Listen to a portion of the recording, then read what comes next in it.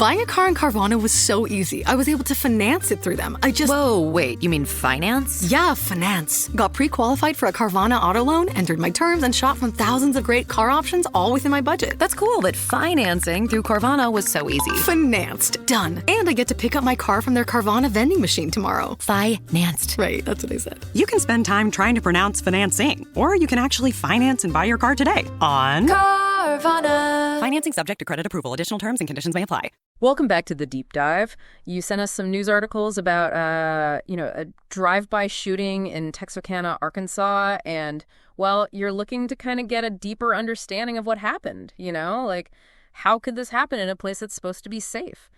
So let's dive in and see what we can uncover. Yeah, you're right to point out that contrast, right? You've got this family-friendly neighborhood, and all of a sudden, bam, it's a violent crime scene. It's that unexpected element that really just shakes people up. For sure. The incident itself took place on a Sunday evening. We're talking multiple 911 calls reporting gunshots, near the intersection of Vernal and Bramble Streets. Imagine the fear in those voices, the operators trying to get a handle on things. Police arrive, and it's just a chaotic scene. Spent shell casings are scattered all over the intersection. Like a sudden burst of violence. Life's normal, then suddenly chaos and potential tragedy. The articles mention a 26-year-old, Tracy Davis. He arrived at the hospital with a gunshot wound to the head, critically injured, fighting for his life. It really brings home the human cost of gun violence. Tracy Davis isn't a statistic. He's a son, maybe a brother, a friend. His life hangs in the balance, and his loved ones are dealing with so much trauma. Exactly. It makes you realize this could happen to anyone. Anywhere. Yeah. It's that randomness that's so terrifying. And it makes you wonder what led to this.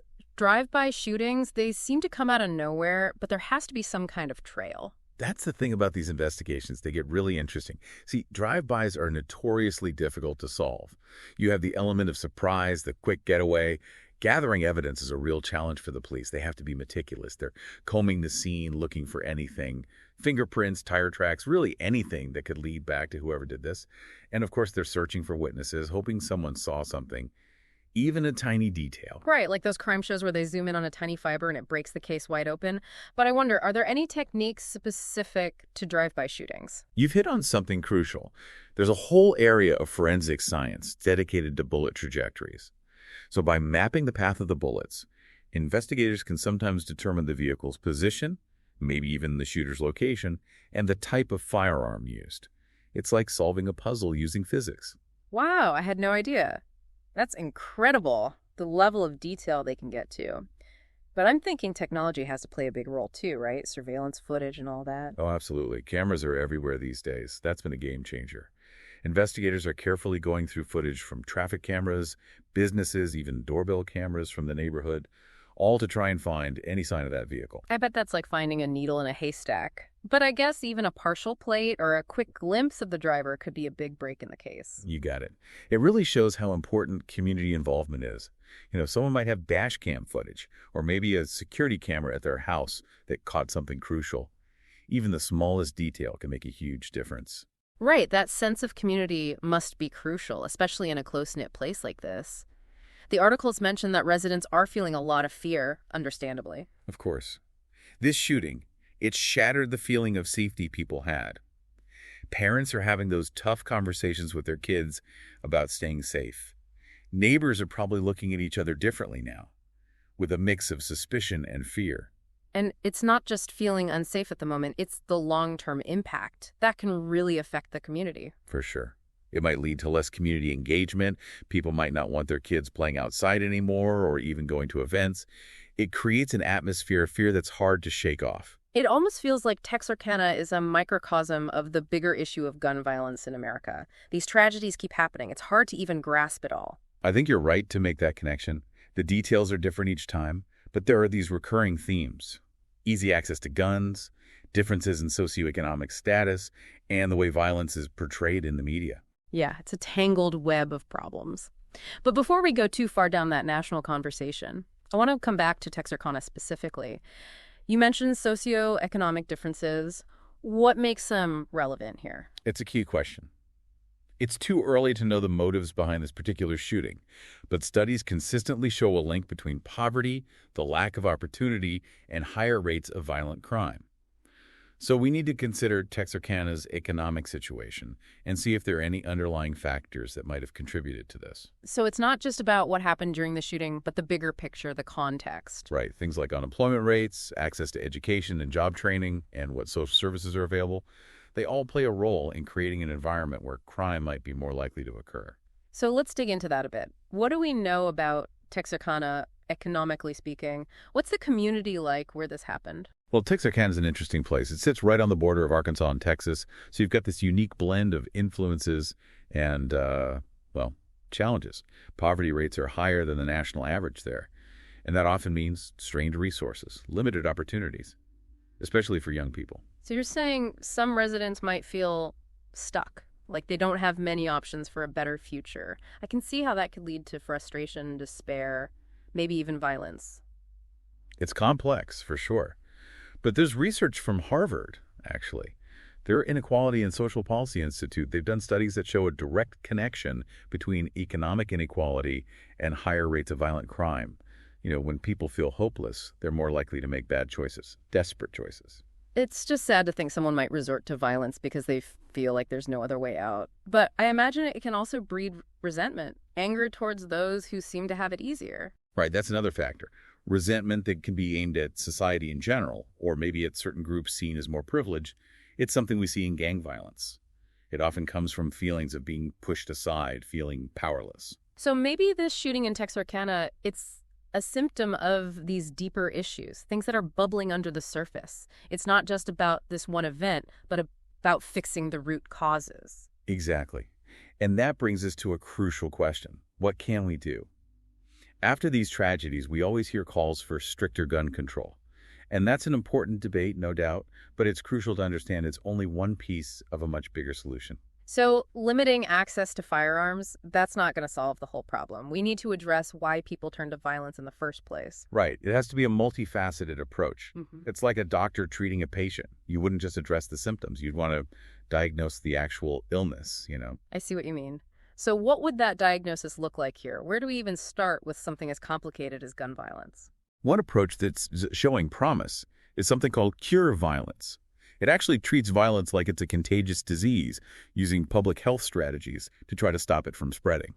Wait, a contagious disease? That sounds like a strange way to look at it. How does that work? I know it sounds a bit odd, but it's been incredibly effective. What they do is identify individuals who are at high risk, you know, either of committing violence or becoming victims, and then they have these people called violence interrupters who step in, try to mediate conflicts before they escalate. So they're like peacekeepers, intervening before things get out of control. That's interesting. Who are these violence interrupters? How do they gain people's trust? The most effective ones, they're often people who have experienced violence themselves. They get the street culture, they speak the language, and they have the credibility to de-escalate things. They're mentors, mediators, advocates. They try to connect these at-risk individuals with resources, opportunities, help them turn things around. It makes sense to use people who've been there.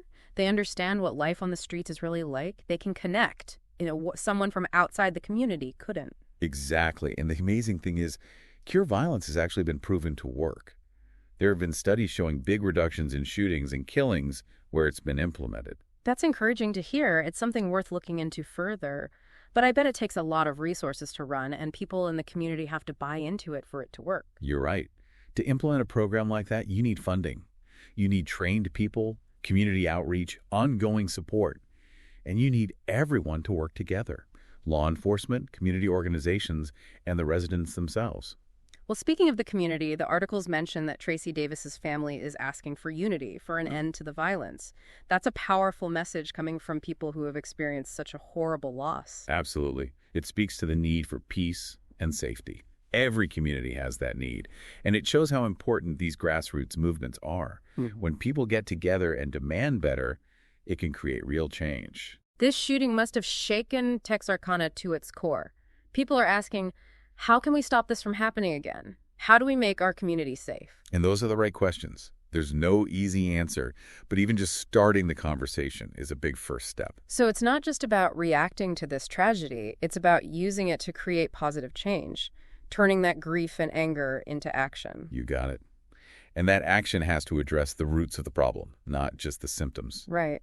We've talked about those socioeconomic factors and programs like Cure Violence. But what about the mental health side of things? The articles talked about fear and anxiety in the community. What kind of impact does trauma like this have on people's mental well-being? It's something we don't talk about enough, but it's so important. The psychological and emotional scars, they last a lot longer than the physical ones. We see increased rates of PTSD, anxiety, depression, even substance abuse. Like ripples spreading outward. It affects not just the victims, but the whole community. That's right. It highlights just how important it is to have access to mental health services, especially in communities hit by violence. But I'd imagine access to mental health care, that's another area where those socioeconomic factors come in. A lot of people in Texarkana, especially in lower income areas, they probably face barriers to getting help. Big time. We're talking about a lack of affordable options, long waits for appointments, and the stigma that still surrounds mental health. So it's a complicated issue. No easy answers. But it's clear that if we want to break the cycle of violence, we have to address mental health needs. No question. We need a culture where getting help for your mental health is seen as a good thing, a sign of strength. And we need to make sure everyone can access those services, no matter their income or background. It sounds like a huge task, but investing in mental health care, it's not just about being compassionate. It's about public safety. Exactly. When you address those underlying mental health needs, you're creating a community that's more resilient, more supportive, and ultimately a safer place for everyone. So we've talked about a lot: socioeconomic factors, community programs, the mental health side of things. But there's something else I want to bring up, something a bit more philosophical, maybe. I'm listening. What's on your mind? We've been focused on the big picture stuff, but what about the individual choices that lead to violence? Where does personal responsibility fit in? Now that's a deep question. It gets to the core of what it means to be human. It's easy to focus on these larger forces, but in the end, each person has the power to choose how they react to hard times. So even when you're facing poverty, lack of opportunity, trauma, you still have a choice to either keep that cycle of violence going or choose a different path. Absolutely. That's where things like resilience, having a moral compass, having good role models, that all comes into play. Thinking about Tracy Davis's family asking for an end to the violence, maybe their message can inspire people in Texarkana to make different choices, to break free from that cycle. It's definitely possible. Sometimes all it takes is one voice, one act of courage, and it can set off a chain reaction. And that brings us to another aspect of this. It's complicated, but really important. Forgiveness. How does a community heal after something like this? Is forgiveness even possible when the hurt runs so deep? Forgiveness. It's a journey. And it's different for everyone. There's no right or wrong way. It's not about saying what the perpetrator did was okay. It's about letting go of the bitterness and anger that keep us from healing. So you don't forget what happened, but you find a way to move on without being consumed by resentment. Exactly. Forgiveness can look different for everyone. Maybe it's the victim and the offender having a conversation. Maybe it's the whole community coming together to reconcile. Or maybe it's just a shift in how you see things inside yourself. It sounds like a long and hard road, but in the end, it's necessary for healing, both individually and for the community. It is, and there are things that can help. Counseling that understands trauma, restorative justice programs, support groups. So even after something so awful, there's still hope for healing and reconciliation. It shows how strong the human spirit really is. Yeah. It reminds us that even in the darkness, there's always some light. There are people out there working to make things better, to help people understand each other, to build a more peaceful world. And speaking of making a difference, I'd love to hear about the work being done on the ground in Texarkana. Are there any groups or initiatives that are tackling these issues head on? That's a great question. It takes us right to the heart of what can be done locally to create lasting change. There are some initiatives that are really encouraging, and they might spark some ideas for what other communities can do too. There are. It's easy to get overwhelmed thinking about these big issues, but seeing people out there on the ground making a real difference, it gives you hope. It really does. So what's happening in Texarkana that makes you feel hopeful? Well, one organization that really stands out is the Texarkana Resources for Youth program. They're doing amazing work, especially with young people. They've got these mentorship programs, after-school activities, and job training, all aimed at helping kids avoid the things that can lead to violence. That's so important, giving them a sense of purpose, a place to belong, showing them there's another way besides the streets. Exactly. And it's not just about the kids themselves. They work with families, too. Parenting classes, support systems, really trying to strengthen that family unit. That's great. They're looking at the whole picture, understanding that a strong family is so important for kids. It creates a stable, loving environment. Right. Another group that's doing great work is Partners in Prevention. They're all about community outreach and education. They're really trying to change the attitudes and behaviors that contribute to violence. So they're addressing those deeper cultural things we talked about, like how violence becomes normalized, the lack of conflict resolution skills. You got it. They have workshops on things like how to resolve conflicts peacefully, anger management, building healthy relationships. And it's for everyone, teenagers, parents, community leaders. Giving people the tools to break those cycles of aggression and build a more peaceful community. All right. And they also do a lot with bystander intervention, teaching people how to step in safely when they see a situation that could turn violent. I love that. It's like everyone's taking responsibility for each other's safety. People feel like they can speak up and say, hey, this isn't right. Exactly. Yeah. Shifting from it's not my problem to we're all in this together. It reminds you that change doesn't have to come from the government or some huge program. It can start with individuals making different choices every day. That's such an important point. We all have the power to be part of the solution. Even small acts of kindness, being compassionate, having the courage to do the right thing, it can make a difference. Speaking of small acts, I was reading about this group of artists in Texarkana. They organized a mural project after the shooting. They got young people involved, painting murals all over the neighborhood, promoting peace and unity. Oh, that's a great example of how art can be used for healing.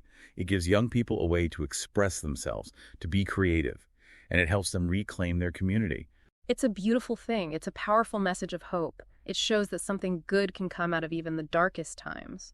And it reminds us that we need to support creative outlets for young people, especially in communities that have been through something like this. Give them spaces to express themselves, build relationships, a way to escape the negative things on the streets. And investing in things like parks, libraries, community centers, safe, positive places for everyone. Creating a community where young people feel valued, supported, like they can make good choices. Well, we've covered a lot today. Gun violence, the role of poverty and opportunity, community programs, mental health, forgiveness, and what individuals can do. It's been a tough conversation, but also hopeful. We've seen how destructive violence is, but also how resilient people are, and how dedicated people are to making things better. Definitely both sides of the coin. What stands out to you the most? Honestly, it's those local initiatives that really give me hope. Seeing people out there every day working so hard to make a difference in their community, it's inspiring. I agree. It's those grassroots efforts that really drive change. It shows that no matter how big the problem seems, we can make a difference. One person, one action, one community at a time. So to our listener who sent in these articles about Texarkana, I hope this deep dive has helped you understand this complicated issue a little better. It's a conversation we need to keep having in Texarkana and everywhere. It's easy to feel helpless when you see these things happening, but remember, every voice, every action counts. What can you do in your own community to build peace, promote understanding, and support people affected by violence? That's the question we should all be asking ourselves. Powerful words to end on. Thank you for joining us on this deep dive. Until next time, stay curious, stay engaged, and stay hopeful. Today is your lucky day. Today is the day that our $3 website works for you, paying you directly to your PayPal daily. Imagine $3 ongoing continuous payments to your PayPal account. Imagine falling asleep and waking up to $300 in your PayPal account. How would this make you feel? How could this help you? What bills could you pay? What kind of fun could you have? What does that retirement look like now? All for a one-time payment of $3. This website is DFY done for you, fully built and completely hosted, and never stops collecting payments for you. You have spent $3 on coffee on a regular, but that coffee won't help you create multiple streams of income. Click the link below.